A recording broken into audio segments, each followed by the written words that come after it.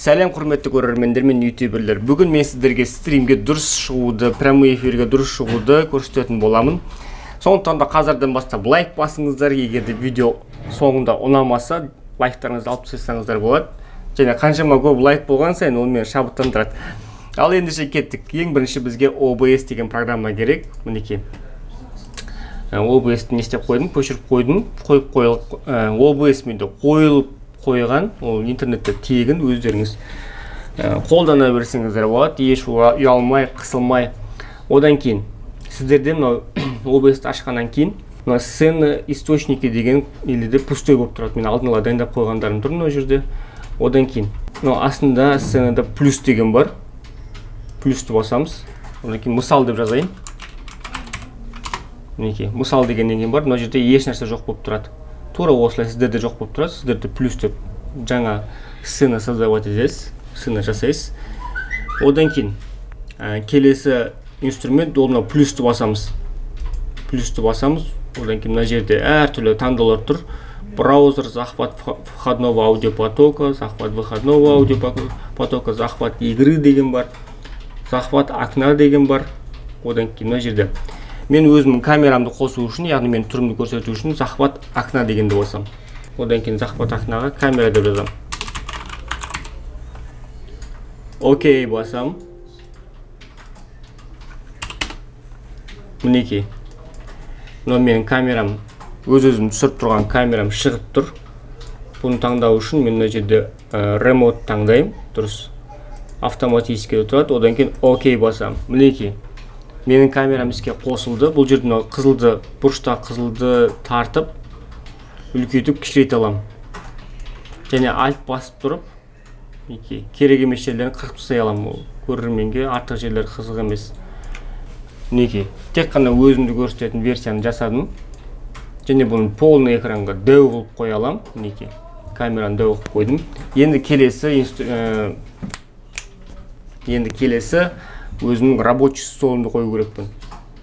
Немесе ойынды қою керекпін, мысалы. Ойынды қосу үшін захват игры дейміз.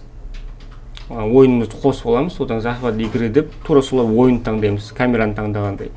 Ал қазір бізге захват экрана деген керек. Өйткені біз рабочий столды қосқымыз келеді. Мінекей.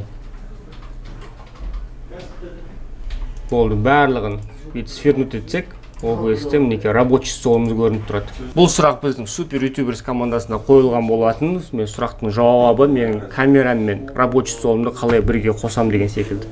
Одан кейін мына жерде қарап отырсаңыз.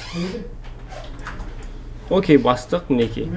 Камера астында тұр, қарап тұрсыз, көріп тұрсыз ғой. Источникте камера астында. Осы камераны үстіне қоятын болсақ, бетіңгі планға шығады. Одан кейін камераны бүйтіп кішірейтетін болсақ, кішкенде бір бұрышқа қойып қоя аламыз. Мінекей, бір бұрышта камерамыз тұрады, ар жағында рабочий стол тұрады. Мінекей. Яғни рабочий столдар мен не істеп жатырмын, және бір бұрышта өзім түрім тұрады, рабочий столдар не істеп жатырмын, барлығы тұрады. Рабочий столда не істеп жатырмын. Көрініп тұрады. Темаға. Енді бұл жерге мен браузерді қосқым келеді. Яғни браузерді не болып жатқан? Енді браузерді ойын деп алайық. Мінекей браузер. Браузер ашылды, бірақ бұны рабочий стол ашылып тұрғандай болып көрініп тұр. Сондықтан да тек қана браузерді қосу үшін астында плюсті басам. Тағы да одан кейін захват окна деген тағы да басам. Бұл жерде браузер деп теремен. Мінекей. Браузер дедім, мияқта мені таңдап аламыз. Яғни мына ремонт бассам, қайттан камера таңдалып қояды. Мынаны бассам, мына жазылған блокнотым ашылып кетеді. Мына жерде мына хром деген керек маған. Хром таңдадым, болды. Окей бастым. Және бұны полный экранға қойып қоям. И камераны бетіне шығарып қоя аламын бетіп. Камераны жоғары көтердім. Егер мынау захват экрана 2 деген тұр, бұл енді рабочий стол, бұны атын қоямын да ұмытып кеттім.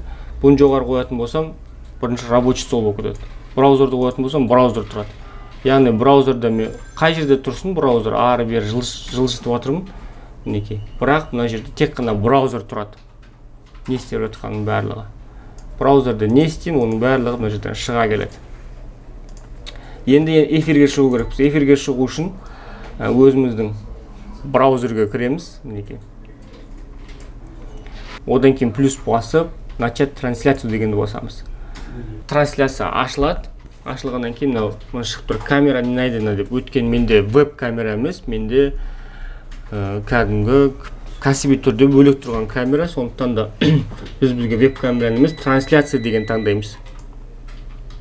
Трансляция таңдадық, және трансляция алдына мысал деп жазып қоямын. Одан кейін доступты тексеру үшін болғандықтан да доступ по ссылке дегенді қоямын. Одан кейін создать трансляцияды басамын. Мінекей трансляция ашылды. Енді мына жерде бүйтіп төмен қарасаңыз, ключ трансляция деген тұр мінекей. Көріп тұрсыздар ғой. Осыны копировать дегенді басамыз. Одан кейін браузерді жинаймыз.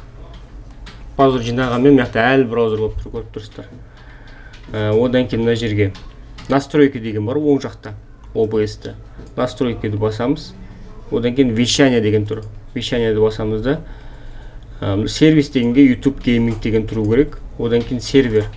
Дұрыс YouTube Ingress Server деген тұрады. Одан кейін ключ потока деген жерге өшіріп тастаймыз. Сіздерде 0 болып тұрады ең бірінші қосқан кезде. Одан кейін бана копировать етіп алғанды мына жерге вставлять етеміз. Болды, окей басамыз. Одан кейін мына жерде оң жақта запустить трансляцию деген бар. Соны басқаннан кейін эфирге шығамыз. Оған дейін настройкаға кіріп, бір көрсетіп шығатын настройкаларда менгіне настройка тұрса жаман болмайды. Вывод деген жерде кодировщик H264 деген тұрған дұрыс. Одан кейін перемашта вывод деген 1920-да 1080 деген тұрған дұрыс. Одан кейін CBR тұру керек, оған битрейт 2,5-да немесе одан төмен қылсаңыз болады. Егерде сіздің компьютеріңіз слабый болатын болса, немесе басқа да бір проблемалар болатын болса, 1,5-ға қойсаңыз болады. Одан кейін пресет качество барлығы жақсы. Одан кейін аудиода бүйтіп бір көріп шығатын болсаңыз, 44-те бір тұру керек, стерео тұру керек. Оған аудио рабочий сала деген мінекей. Яғни компьютеріңізде шығып атқан дауысты көшіреді мына жерде. Компьютеріңізде шығып атқан дауысты көрерменге көрсетеді. Одан кейін микрофон деген жерге өзіңіздің қосылған микрофоныңызды таңдап алу керексіз. Сол кезде сіздің экрандағы видеоңыз да шығады. Одан кейін микрофондағы дауысыңыз да қоса жазылады.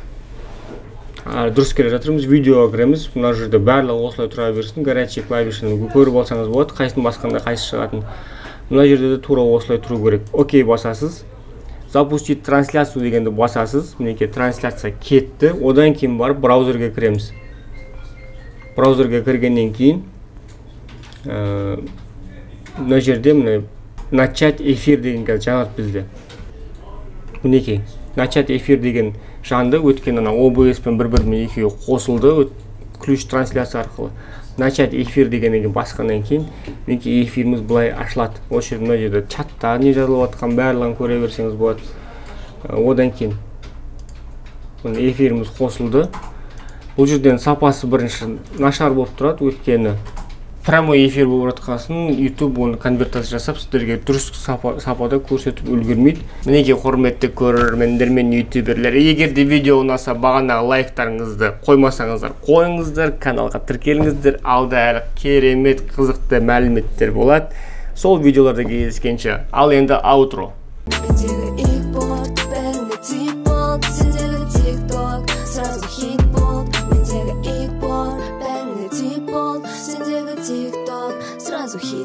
Сен мені ауыртқаннан мен айықпайым, екеуміздің арамызда әлі де лайықтайым. Алға қойдым енді қайтпайым, сен үшін толықтайым, және